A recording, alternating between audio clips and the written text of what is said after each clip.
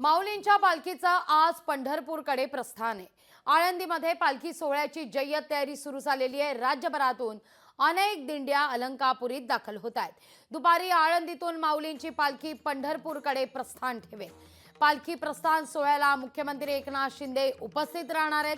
दुपारी 3 वाजता राज्याचे मुख्यमंत्री आळंदीत पोहोचतील।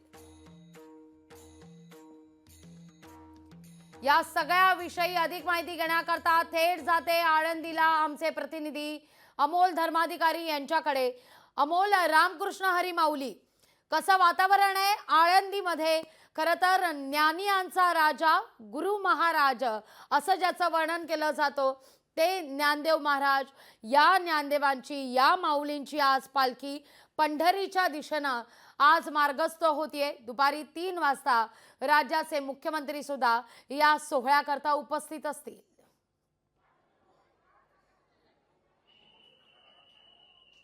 रामकृष्ण हरी माऊली, खरं तर वातावरण आहे ते पूर्णपणे भारावून गेलेलं आहे। काल जगद्गुरु संत तुकाराम महाराज यांच्या पालखीने प्रस्थान ठेवलं आणि आज संत श्रेष्ठ ज्ञानेश्वर महाराज यांच्या पालखीचं प्रस्थान होते। त्याआधी आळंदी नगरी ही पूर्णपणे वारकऱ्यांनी फुलून गेलेली आहे। लाखो वारकरी सध्या या आळंदी नगरीमध्ये दाखल झालेले आहेत आणि वैष्णवांचा मेळा आपल्याला खरं तर या ठिकाणी पाहायला मिळते। ही सगळी दृश्य आपण मंदिर परिसरातली पाहतोय की सुंदर अशी सजावट आहे ती सुद्धा मंदिराला करण्यात आलेली आहेत आणि वारकऱ्यांना सध्या आतमध्ये सोडलं जाते।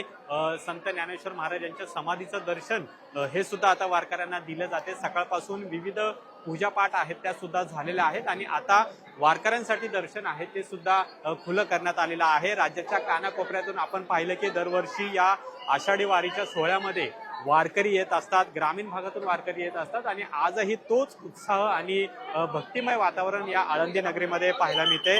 दुपारी 3 वाजता राज्याचे मुख्यमंत्री एकनाथ शिंदे हे सुद्धा या सोहळ्याला उपस्थित राहणार आहेत। खरं तर पहिल्यांदाच राज्याचे मुख्यमंत्री या प्रस्थान सोहळ्याला उपस्थित राहतात आणि त्यामुळे पोलिसांचा बंदोबस्त देखील आपल्याला चोख असा पाहायला मिळणार आहे आणि त्यामुळे दुपारनंतर म्हणजे अगदी काही वेळानंतर मोजकेच वारकरी असतील, जे मानाचे वारकरी दिंड्या असतील त्यांनाच फक्त मंदिरामध्ये प्रवेश दिला जाईल आणि त्यानंतर पूर्णपणे हा परिसर आहे तो मोकळा केला जाणार आहे। अमोल, या ठिकाणी आता राज्यभरातले वारकरी दाखल होण्यास सुरुवात झालेली आहे। तुमच्या आसपास देखील अनेक वारकरी आपण पाहतोय की जे आता आजपासून मात्र पंढरीच्या दिशेनं झपाझप पावलं देखील टाकणार आहेत।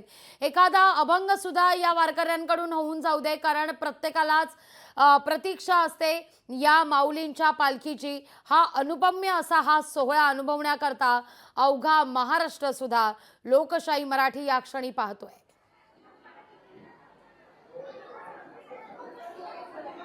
नक्कीच माऊली, आपल्यासोबत काही वारकरी आहेत जे वेगवेगळ्या ठिकाणावरून झालेले आहेत। महाराज, काय सांगाल, कसं वातावरण आहे? आज माऊलींचं प्रस्थान होतंय आणि आम्हाला एक अभंग सुद्धा म्हणून। माझे जीवीची आवडी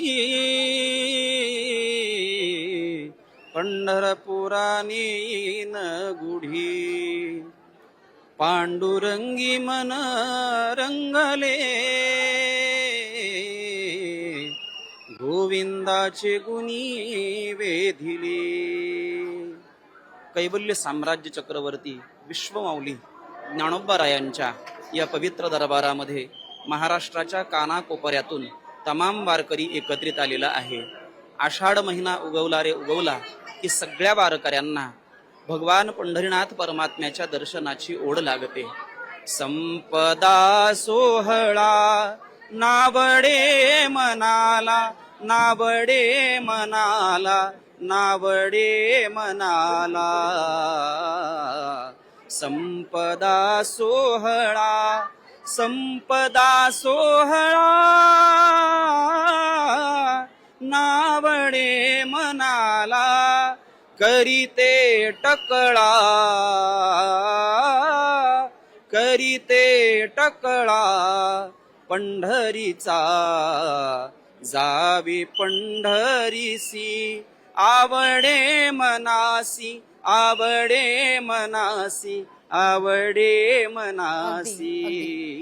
असं वातावरण लागावे आहे ते आपण पाहतोय की संपूर्ण या आळंदी नगरीमध्ये पाहायला मिळते. प्रत्येकाच्या मुखी अभंग आहेत, गवळणी आहेत, ज्ञानोबा तुकारामचा जयघोष आहे तो सुद्धा आहे आणि टाळ मृदुंगाचा गजरही सध्या आपल्याला या संपूर्ण आळंदी नगरीमध्ये पाहायला मिळते. आणि अगदी थोड्या वेळानंतरच संत श्रेष्ठ ज्ञानेश्वर महाराज यांच्या पालखीचं प्रस्थान होईल आणि हा संपूर्ण परिसर आहे तो देखील भक्तिमय होणार आहे. निश्चित रामकृष्ण हरी माऊली तुमच्याकडून या सगळ्या संदर्भात सातत्यानं अपडेट घेत राहणार आहोत आणि हा सोहळा तुमच्या माध्यमातून आपण लोकशाहीच्या माध्यमातून घर बसल्या प्रत्येक वारकऱ्यांना पाहता येणार आहे, अनुभवता येणार आहे. तुर्तास धन्यवाद तुम्ही दिलेल्या एकूणच या सविस्तर माहिती करता, तो माहोल आमच्यापर्यंत पोहोचवलात याबद्दल. लोकशाही मराठी ऐका, पहा, जागरूक रहा.